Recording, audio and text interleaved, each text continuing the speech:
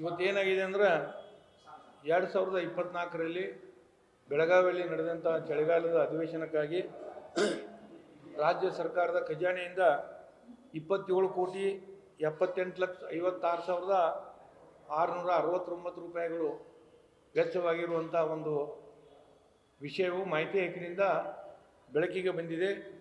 ಇದರಲ್ಲಿ ಅಧಿವೇಶನದ ಕಾರ್ಯಕಲಾಪ ನಡೆದಿದ್ದು ವಿಧಾನಸಭೆ ಅಧಿವೇಶನ 63 ಗಂಟೆ 57 ನಿಮಿಷ. ಅದರಂತೆ ವಿಧಾನ ಪರಿಷತ್ತಿನ ಕಾರ್ಯಕಲಾಪಗಳು 51 ಗಂಟೆ 48 ನಿಮಿಷ. ಒಟ್ಟಾರೆ 115 ಗಂಟೆ 45 ನಿಮಿಷ ಈ ಬೆಳಗಾವಿಯಲ್ಲಿ ಚಳಿಗಾಲದ ಅಧಿವೇಶನ ನಡೀತು. ಈ ಖರ್ಚಾದಂಥ ಹಣಕ್ಕೆ ಮತ್ತು 115 ತಾಸು 45 ಗಂಟೆಗೆ ಒಂದು ತಾಳೆ ಹಾಕಿ ನೋಡಿದಾಗ ಅಧಿವೇಶನದ ವೆಚ್ಚ ಪ್ರತಿ ಒಂದು ಗಂಟೆಗೆ 24 ಲಕ್ಷ ರೂಪಾಯಿಗಳು ಆಗಿದೆ. 23ರಲ್ಲಿ ಇದರ ವೆಚ್ಚ ಕೇವಲ 20 ಲಕ್ಷ ರೂಪಾಯಿ ಇತ್ತು. ಇವಾಗ 4 ಲಕ್ಷ ರೂಪಾಯಿ 24ರಲ್ಲಿ ಹೆಚ್ಚಾಗಿದೆ ಅಂತ ಹೇಳಿಕ್ಕೆ ಬಯಸ್ತಾ ಇದ್ದೀನಿ. ಇಲ್ಲಿ ಕೆಲವು ಪ್ರಮುಖ ಅಂಕಿ ಸಂಖ್ಯೆಗಳನ್ನ ಹೇಳಿಕ್ಕೆ ಬಯಸ್ತಾ ಇದ್ದೀನಿ. ಈ ಅಧಿವೇಶನಕ್ಕೆ ಕಾರ್ಯಕಲಾಪದಲ್ಲಿ ಭಾಗವಹಿಸಿದಂಥ ಗಣ್ಯಮಾನ್ಯರು, ಶಾಸಕರು, ಸಚಿವರು ಇವ್ರಿಗೆ ನಗರದ 82 ಹೋಟೆಲ್ಗಳಲ್ಲಿ ರೂಮ್ಗಳನ್ನು ಕಾಯ್ದಿರಿಸಲಾಗಿತ್ತು. ಈ ಕೊಠಡಿಗಳ ಬಾಡಿಗೆಗೆ 7,83,31,131 ರೂಪಾಯಿಗಳು. ಆ ಲಾಜ್ಯದಲ್ಲಿ ರಾತ್ರಿ ಏನು ಊಟ ಮಾಡಿದರು ಅಲ್ಲಿ ವಾಸ್ತವ್ಯ ಇದ್ದವರು ಅದಕ್ಕೆ 25,84,845 ರೂಪಾಯಿಗಳು. ಅದರಂತೆ ಲೋಕೋಪಯೋಗಿ ಇಲಾಖೆ ಇದು ಭಾಳ ಚಾಣಾಕ್ಷ ತಂದಿಂದ ಖರ್ಚು ಮಾಡಿದೆ. ಲೋಕೋಪಯೋಗಿ ಇಲಾಖೆ ಅದು 192 ಕಾಮಗಾರಿಗಳಿಗೆ ಹಣವನ್ನು ಖರ್ಚು ಮಾಡಿದೆ. ಆದರೆ ಅದನ್ನು ನೋಡಿಬಿಟ್ರೆ ಯಾವುದಕ್ಕೆ ಏನು ಖರ್ಚು ಮಾಡ್ಯಾರ ಅನ್ನೋದು ಗೊತ್ತಾಗೋಲ್ಲ. ಅಷ್ಟು ಚಾಣಾಕ್ಷತನದಿಂದ ಅಧಿಕಾರಿಗಳ ಹಣ ಖರ್ಚು ಮಾಡಿದ್ದಾರೆ. 4,94,50,000 ರೂಪಾಯಿ. ಅಧಿವೇಶನದಲ್ಲಿ ಗಣ್ಯಮಾನ್ಯರು, ಸಚಿವರು, ಮಾಧ್ಯಮ ಪ್ರತಿನಿಧಿಗಳು, ಶಾಸಕರಿಗೆ ಏನು ಊಟ ಉಪಹಾರ ವ್ಯವಸ್ಥೆ ಮಾಡಿದರು 2,50,34,728 ರೂಪಾಯಿ. ಅದಲ್ಲದೆ ಅಧಿವೇಶನದ ಬಂದೋಬಸ್ತಿ ಸಲುವಾಗಿ ರಾಜ್ಯದ ವಿವಿಧ ಭಾಗಗಳಿಂದ ಏನು ಪೊಲೀಸರು ಬಂದಿದ್ದರು ಆ ಪೊಲೀಸ್ ಸಿಬ್ಬಂದಿಯ ಒಂದು ಪ್ರಯಾಣದ ಸಲುವಾಗಿ KSRTC ಬಸ್ಸುಗಳನ್ನ 72 ಸಾರಿಗೆಗಳನ್ನ ಬಾಡಿಗೆ ಪಡೆದಿದ್ದರು. ಆ ಸಾರಿಗೆಗಳ ಒಂದು ಬಾಡಿಗೆಗಾಗಿ ಸುಮಾರು 1,19,00,000 ರೂಪಾಯಿನ ಸರ್ಕಾರ ಪಾವತಿ ಮಾಡಿದೆ. ಅಧಿವೇಶನದಲ್ಲಿ ಭಾಗವಹಿಸಿದಂಥ ವಿಧಾನಸಭಾ ಸದಸ್ಯರುಗಳ ದಿನಭತ್ಯೆಗಾಗಿ 81,61,309 ರೂಪಾಯಿಗಳು. ಅದರಂತೆ ವಿಧಾನ ಪರಿಷತ್ ಸದಸ್ಯರ ದಿನಭತ್ಯೆಗಳಿಗಾಗಿ 36,27,740 ರೂಪಾಯಿಗಳನ್ನ ವೆಚ್ಚ ಮಾಡಲಾಗಿದೆ. ವಿಧಾನಸಭೆಯ ಮಾರ್ಷಲ್ ಕಚೇರಿ ಅಲ್ಲಿಂದ ಏನು ಅಧಿಕಾರಿಗಳು ಬಂದಿದ್ರು ಅವ್ರಿಗೆ ಪ್ರಯಾಣ ಭತ್ಯೆ, ದಿನಭತ್ಯೆ ಸಲುವಾಗಿ 8,67,000 ರೂಪಾಯಿ ವೆಚ್ಚ ಮಾಡಲಾಗಿದೆ. ಅದರಂತೆ ವಿಧಾನ ಪರಿಷತ್ತಿನ ಮಾರ್ಷಲ್ಗಳ ಸಲುವಾಗಿ 4,44,00,000 ರೂಪಾಯಿಗಳು. ಅಧಿವೇಶನಕ್ಕಾಗಿ ಸರ್ಕಾರಿ ವಾಹನಗಳನ್ನು ಬಳಸಲಾಗಿತ್ತು. ಆ ವಾಹನಗಳಿಗೆ ಕೇವಲ ಡೀಸೆಲ್ ಪೆಟ್ರೋಲ್ ಹಾಕುವ ವ್ಯವಸ್ಥೆ ಮಾಡಿದರು. ಆ ಡೀಸೆಲ್ ಪೆಟ್ರೋಲ್ ಸಲುವಾಗಿ 47,98,965 ರೂಪಾಯಿಗಳು ವೆಚ್ಚವಾಗಿವೆ. ಇಲ್ಲಿ ಪ್ರಮುಖವಾಗಿ ಗಮನಿಸಬೇಕಾದಂದ್ರೆ ಪೊಲೀಸ್ ಇಲಾಖೆ ವೆಚ್ಚ.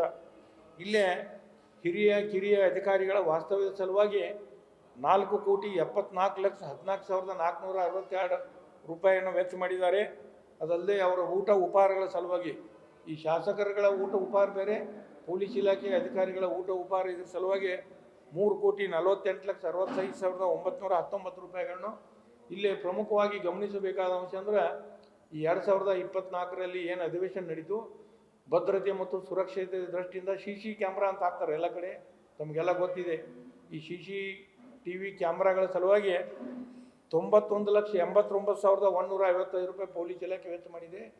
2020, 2021, 22 ಮತ್ತು 24 4 ವರ್ಷಗಳ ಅವಧಿಗಾಗಿ ಈ ಪೊಲೀಸ್ ಇಲಾಖೆ ಏನು CC ಕ್ಯಾಮ್ರಾ ಅಳವಡಿಸಿತ್ತು ಈ CC ಕ್ಯಾಮ್ರಾಗಳ ಸಲುವಾಗಿ ಮಾತ್ರ 2,63,66,373 ರೂಪಾಯಿಗಳನ್ನು ಪೊಲೀಸ್ ಇಲಾಖೆ ವೆಚ್ಚ ಮಾಡಿದ್ದು ಗಮನಿಸಬೇಕಾದ ಸಂಗತಿ. ಆದರೆ ಒಂದು ಮಾತನ್ನು ಹೇಳಿಕ್ಕೆ ಬಯಸ್ತಾ ಇದ್ದೀನಿ, ಈ ಪೊಲೀಸ್ ಇಲಾಖೆ ಈ CC ಕ್ಯಾಮ್ರಾ ಅಧಿವೇಶನದ ನಂತರ ಎಲ್ಲಿ ಹೋದವು ಅನ್ನೋದು ಅವರು ಗೌಪ್ಯವಾಗಿ ಇಟ್ಟಿದ್ದಾರೆ. ಅದನ್ನು ಶೋಧ ಮಾಡಬೇಕಾಗಿದೆ. ಈಗಾಗಲೇ ಆ ಶೋಧ ಕೆಲಸವನ್ನು ಪ್ರಾರಂಭ ಮಾಡ್ತಾ ಇದ್ದೀವಿ. ಅದಲ್ಲದೆ ಈ ಪ್ರಮುಖ ಹೋಟೆಲ್ಗಳು ಯಾವುವು ಅಂದರೆ ಹೋಟೆಲ್ ವೆಲ್ಕಮ್ ಬೈ ITC ಇದಕ್ಕೆ 89,46,260 ರೂಪಾಯಿಗಳು. ಹೋಟೆಲ್ ಫೇರ್ಫೀಲ್ಡ್ ಮ್ಯಾರಿಟ್ ಇದಕ್ಕೆ 73,58,916 ರೂಪಾಯಿಗಳು. ಹೋಟೆಲ್ VK 27 ಇದಕ್ಕೆ 64,26,900 ರೂಪಾಯಿಗಳು. ಹೋಟೆಲ್ ಸಂಕಮ್ ತಾಯಿ ಇದಕ್ಕೆ 38,56,923 ರೂಪಾಯಿಗಳು. ಹೋಟೆಲ್ ರಾಮದೇವ್ 23,25,778 ರೂಪಾಯಿಗಳು. ಹೋಟೆಲ್ ಸನ್ಮಾನ್ ಡಿಲೆಕ್ಸ್ ಇದಕ್ಕೆ 20,82,320 ರೂಪಾಯಿಗಳು. Hotel Adarsh palace 19,97,726. Hotel native 17,93,918. ಈ ರೀತಿ ಈ ಸಾರ್ವಜನಿಕರ ಹಣ ಪೋಲಾಗಿದೆ.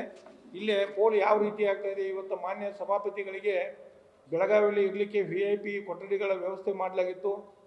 ಆದರೂ ಸಹಿತವಾಗಿ ಅವರು ದಿನನಿತ್ಯ ಏನು ಮಾಡಿರಪ್ಪ ಅಂದ್ರೆ ಹುಬ್ಳಿಗೆ ಹೋಗಿ ಬಂದರು. ಇಲ್ಲಿ ಆ ಹುಬ್ಳಿಗೆ ಹೋಗಿ ಬೆಳಗಾವಿಗೆ ದಿನನಿತ್ಯ ಬಂದರು.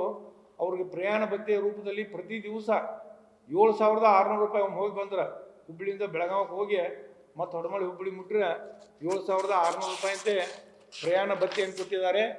ಮಾನ್ಯ ಸಭಾಪತಿಗಳ 10 ದಿವಸದ ಒಟ್ಟ ಪ್ರಯಾಣ ಭತ್ಯೆ, ರೈಲ್ವೆ ಭತ್ಯೆ ಆಗಿರ್ಬೋದು ಎಲ್ಲ ಸೇರಿ ದಿನಭತ್ಯೆ 1,26,580 ರೂಪಾಯಿಗಳು.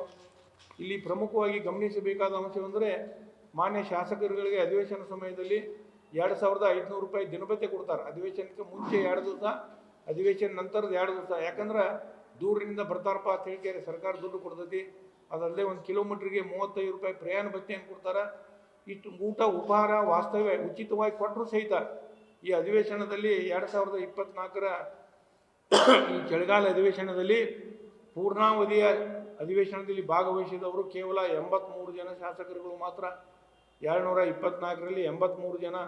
ಇದು ಸದನಕ್ಕೆ ಕಪ್ಪು ಚುಕ್ಕೆ. ಈ ಶಾಸಕರುಗಳು ಅಧಿವೇಶನವನ್ನು ಎಷ್ಟು ಗಂಭೀರವಾಗಿ ಪರಿಗಣಿಸ್ತಾರೆ ಅನ್ನೋದಕ್ಕೆ ಇದೊಂದು ಉದಾಹರಣೆ. ಇಲ್ಲಿ ಪ್ರಮುಖವಾಗಿ ಒಟ್ಟಾರೆ 2024ರ ಅಧಿವೇಶನದಿಂದ ಏನಾಯ್ತು ಅಂದ್ರೆ ಉತ್ತರ ಕರ್ನಾಟಕ ಭಾಗದ ಅಭಿವೃದ್ಧಿ ಚರ್ಚೆ ಆಗಲಿಲ್ಲ, ರಾಜ್ಯದ ಸಮಸ್ಯೆಗಳ ಬಗ್ಗೆ ಚರ್ಚೆ ಆಗಲಿಲ್ಲ. ಮತ್ತು ಅಭಿವೃದ್ಧಿ ಯಾರಾಯಿದ್ರು, ಅಭಿವೃದ್ಧಿ ಯಾರು ಹೊಂದಿದ್ರು ಅಂದರೆ ಈ ದೊಡ್ಡ ದೊಡ್ಡ ಹೋಟೆಲ್ಗಳು ಕಟ್ಟಿಸಿದ್ದಾರೆ, ಅವೆಲ್ಲ ರಾಜಕೀಯ ದುರಿನ ಹೋಟೆಲ್ಗಳ ಮಾಲೀಕರು ಅಭಿವೃದ್ಧಿ ಹೊಂದಿದ್ರು, ಲಾಜ್ಗಳ ಮಾಲೀಕರು ಅಭಿವೃದ್ಧಿ ಹೊಂದಿದ್ರು. ಯಾಕಪ್ಪ ಅಂದ್ರೆ ಈಗಾಗಲೇ ಅವ್ರು ಹೋಟೆಲ್ ಕಟ್ಟಿದ್ದು ಅಧಿವೇಶನದಲ್ಲಿ ಅರ್ಧಕ್ಕಿಂತ ಹೆಚ್ಚು ದುಡ್ಡು ತೆಗೆದು ಬಿಟ್ಟಿದ್ದಾರೆ ಈಗಾಗಲೇ. ಅದರಂತೆ ಗುತ್ತಿಗೆದಾರರು ಅಭಿವೃದ್ಧಿ ಹೊಂದಿದ್ರು, ಈ ಪೆಂಡಾಲು ರಸ್ತೆ ಕೆಲಸ ಮಾಡೋರು, ಅದಲ್ಲದೆ ಈ ಏನೇನು ಈ ಕೆಲಸ ಕಾರ್ಯಗಳಿಗೆ ಹಣ ಖರ್ಚು ಮಾಡಿದ್ರು ಅವರು ಅಭಿವೃದ್ಧಿ ಹೊಂದಿದ್ರು. ಹೊರತಾಗಿ ಈ ಜನಸಾಮಾನ್ಯರ ಅಭಿವೃದ್ಧಿ ಆಗಲಿಲ್ಲ ಅಂತ ಹೇಳಿ ಬಯಸ್ತಾ ಇದ್ದೀನಿ. ಮತ್ತೊಂದು ಏನಪ್ಪ ಅಂದ್ರೆ ಈ ಬೆಳಗಾವಿಯಿಂದ ಬೆಂಗಳೂರಿಂದ ಏನು ಅಧಿವೇಶನದಲ್ಲಿ ಭಾಗವಹಿಸ್ಲಿಕ್ಕೆ ಬರ್ತಾರೋ ಆ ಅಧಿಕಾರಿಗಳಿಗೆ ಇಲ್ಲಿ ಅಧಿವೇಶನದ ವಿಶೇಷ ಭತ್ಯೆಯನ್ನು ಕೊಡಲಾಗ್ತಿದೆ. ಆದರೆ ಇದೇ ಬೆಳಗಾವಿ ಜಿಲ್ಲೆಯಲ್ಲಿ ಸುತ್ತಲಿನ ಜಿಲ್ಲೆಗಳಲ್ಲಿ ಇದ್ದಂಥ ಅಧಿಕಾರಿಗಳು ಆ ಬಂದಂಥ ಸಚಿವರು ಶಾಸಕರು ಅಧಿಕಾರಿಗಳನ್ನ ರಾತ್ರಿ ಊಟ ಮಾಡಿಸಿ ಅವ್ರು ಹೊಚ್ಚಿ ಮಣಗಿಸಿ ಬರ್ತಾರೆ. ಅಷ್ಟು ಕೆಲಸ ಮಾಡಿದ್ರೆ ಸಹಿತ ಇವ್ರಿಗೆ ಅಧಿವೇಶನದ ವಿಶೇಷ ಭತ್ಯೆ ಕೊಡಲಿಲ್ಲ ಅಂತ ಹೇಳ್ತಾರೆ. ಈ ಬೆಳಗಾವಿ ಜಿಲ್ಲೆಯ ಅಧಿಕಾರಿಗಳಿಗೆ ಒಂದು ಭಾಳ ಚಿಂತೆಯಾಗಿದೆ. ಅದಕ್ಕೆ ಸರ್ಕಾರ ಇದ್ರ ಬಗ್ಗೆ ಗಂಭೀರವಾಗಿ ಪರಿಗಣಿಸಬೇಕಂತೇಳಿ ನಾನು ರಾಜ್ಯದ ಜನರ ಪರವಾಗಿ ಕೇಳ್ತಾ, ಒಟ್ಟಾರೆ ಈ ಅಧಿವೇಶನದ ಸಾರ್ಥಕ ಆಗಲಿಲ್ಲ, ಸರ್ಕಾರದ ಹಣ ಸಾರ್ವಜನಿಕರ ತೆರಿಗೆ ಹಣ ಪೋಲ ಅಂತ ನಾನು ಹೇಳಿಕ್ಕೆ ಬಯಸ್ತಾ